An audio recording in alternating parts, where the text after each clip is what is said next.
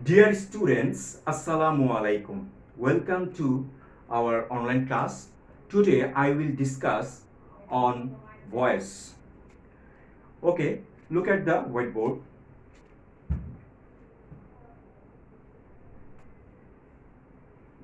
Active and passive. Active and passive. এখানে আমরা active লিখলাম এবং এখানে প্যাসিভ লিখলাম। আমরা এখানে কিছু নিয়ম দিব, কিছু সংকেত দিব, যেগুলো দিয়ে আমরা অ্যাক্টিভ থেকে প্যাসিভ করার কৌশলগুলোকে জানতে পারব। তাহলে সেটি কি হবে একটু খেয়াল করে দেখা যাক। রুল 4, যদি আমাদের কাছে থাকে এম অথবা ইজ অথবা আর, তার সঙ্গে যদি থাকে ভার্ব প্লাস আইএনজি, এই যদি থাকে অ্যাক্টিভে, তাহলে প্যাসিভে গিয়ে সেটি কি হবে? প্যাসিভে গিয়ে হবে এম বিং অথবা ইজ বিং অথবা আর বিং, তার সঙ্গে যুক্ত করতে হবে ভার্ব 3। এখন আমরা একটা উদাহরণ খেয়াল করে দেখি যেটা কিভাবে সম্পাদিত হবে। একটি অ্যাক্টিভ, এটাকে প্যাসিভে আমরা রূপান্তরিত করব। যেমন অ্যাক্টিভটা যদি দেখি, উই আর হেল্পিং হিম। খেয়াল করে দেখতে হবে যে উই আর হেল্পিং হিম দেয়া আছে, তাহলে এখানে এই দেয়া আছে আর, এবং এখন দেয়া আছে হচ্ছে verb plus ING. Main verb হচ্ছে হেল্প, তার সঙ্গে আইএনজি যুক্ত করলে হচ্ছে হেল্পিং। তাহলে উই আর হেল্পিং হিম। আমরা জানি যে এখানে সাবজেক্ট কোনটা হচ্ছে, যে কে বা কারা সাহায্য করছে, আমরা। তাহলে উই হচ্ছে সাবজেক্ট, কাকে সাহায্য করছে, তাকে। তাহলে কি বা কাকে প্রশ্ন করে যে উত্তর পাবে সেটা হচ্ছে অবজেক্ট। এখন যেহেতু এই হিম হচ্ছে আমাদের অবজেক্ট, এটা হলো অবজেক্ট আর এটা হচ্ছে আমাদের সাবজেক্ট।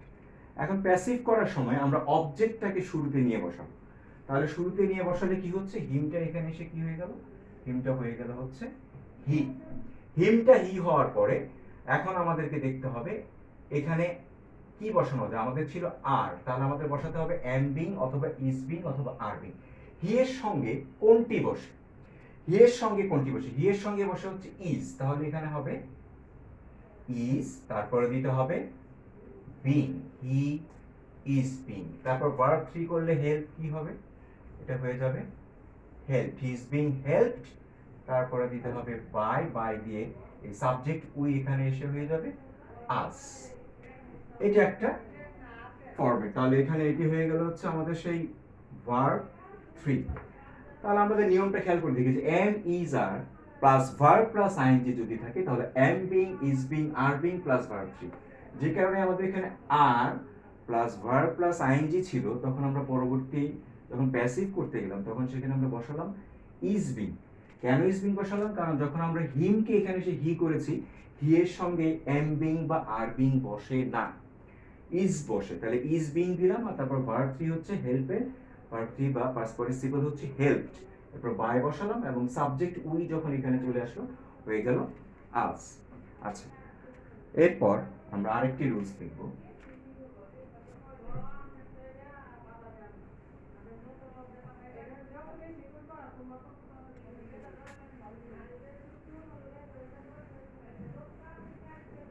ওকে,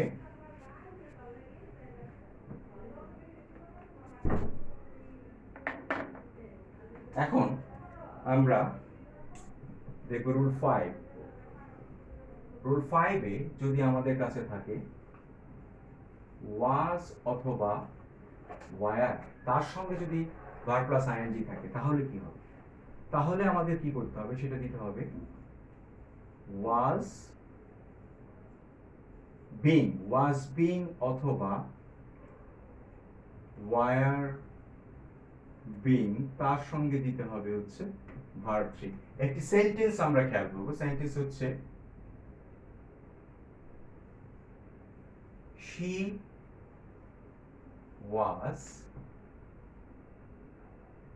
teaching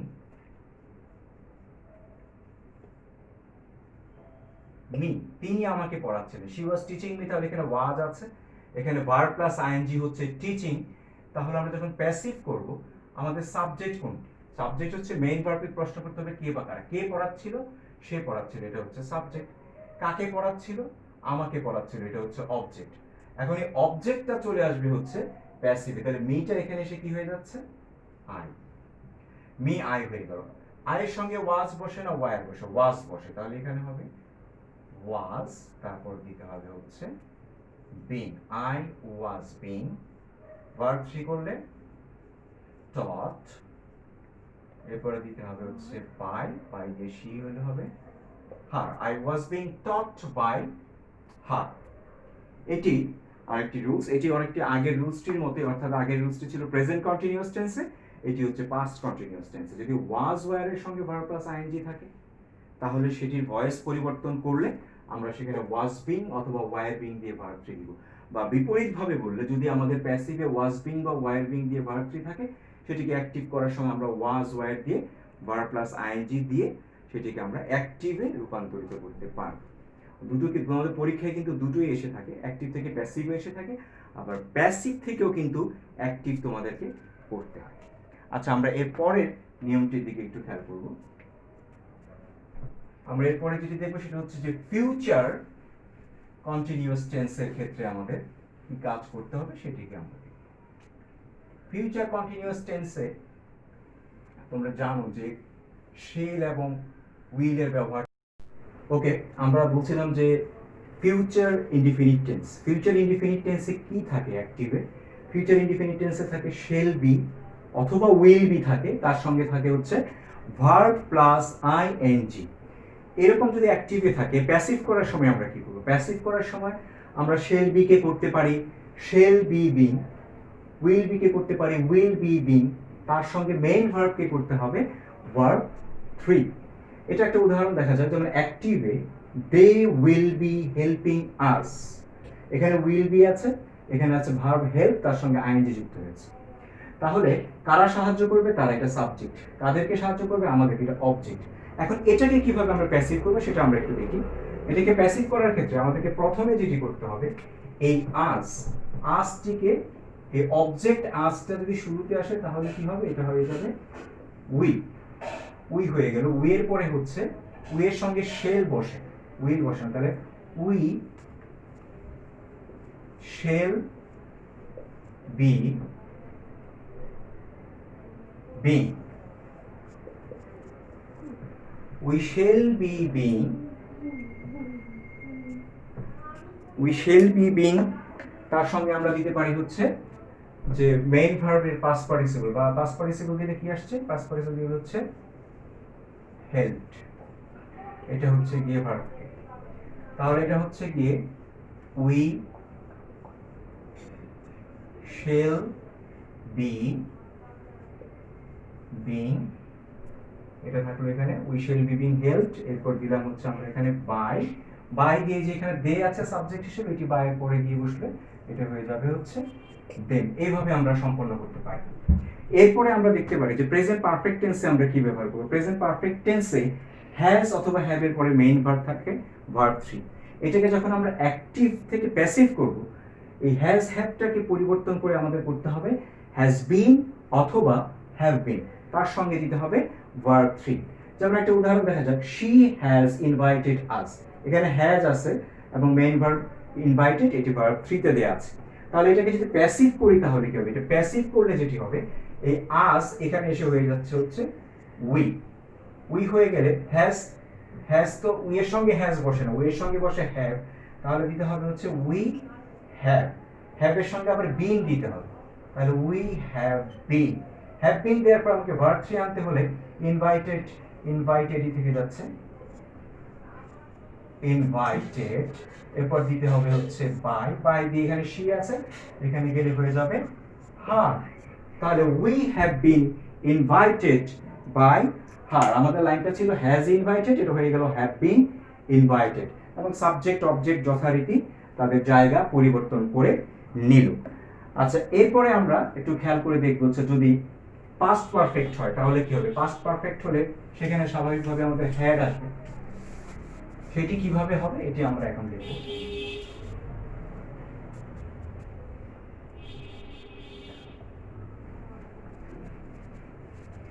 হ্যাঁ,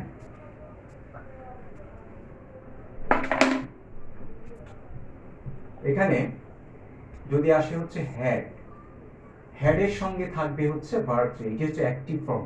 প্যাসিভে গিয়ে কি হবে, এখানে আসবে হচ্ছে হ্যাড বিন, হ্যাড বিনের সঙ্গে দিতে হবে ভার্ব থ্রি। যদি অ্যাক্টিভে আমরা দেখি I had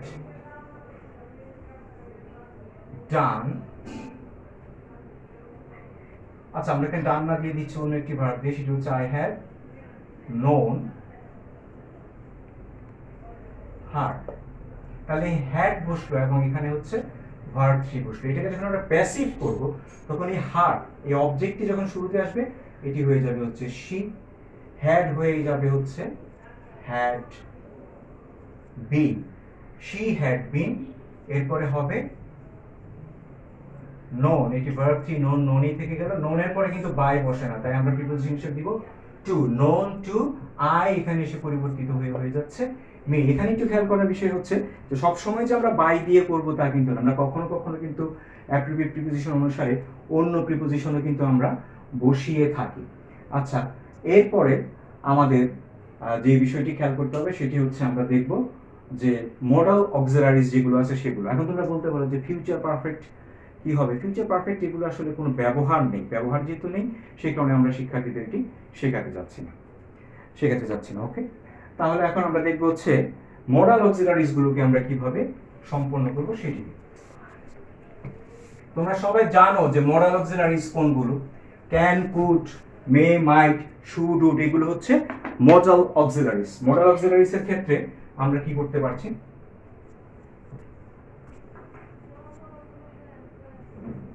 A U X I L I A R I E S, modal auxiliaries এর ক্ষেত্রে আমাদের হবে যদি আমাদের অ্যাক্টিভে থাকে ক্যান প্লাস ভার্ব ওয়ান তাহলে সেটি হয়ে যাবে can be plus verb three. যদি থাকে কুড প্লাস ভার্ব ওয়ান সেটি হয়ে যাবে could be plus verb three. যদি থাকে মে প্লাস ভার্ব ওয়ান তাহলে হবে may be plus verb three. যদি থাকে হচ্ছে মাইট প্লাস ভার্ব ওয়ান সেটা হয়ে যাবে might be plus verb three. যদি থাকে হচ্ছে শুড প্লাস ভার্ব ওয়ান এটি হয়ে যাবে should be plus verb three. যদি থাকে উড প্লাস ভার্ব ওয়ান থাকে এটি হবে would be plus verb three. একটা উদাহরণ দিয়ে আমরা সব বোঝাতে পারবো, যেমন যদি অ্যাক্টিভ থাকে, অ্যাক্টিভে যে I can help him, can আছে এখানে হচ্ছে এটা ভার্ব ওয়ান, তাহলে এটা কি হবে প্যাসিভ করলে, এটা হবে হিমটা এখানে এসে হি হয়ে যাবে, ক্যান হয়ে যাবে হচ্ছে can be, he can be, তারপরে হেল্প হয়ে যাবে হেল্প, সেটা verb three, he can be helped by, I হয়ে যাবে মি। তো এইগুলো তোমরা নিয়মিত চর্চার মধ্যে রাখবে, ইংরেজিতে চর্চার কোনো বিকল্প নেই। আশা করি তোমরা বাসায় এগুলো মনোযোগ দিয়ে পড়বে। সবাই ভালো থেকো, আল্লাহ হাফেজ।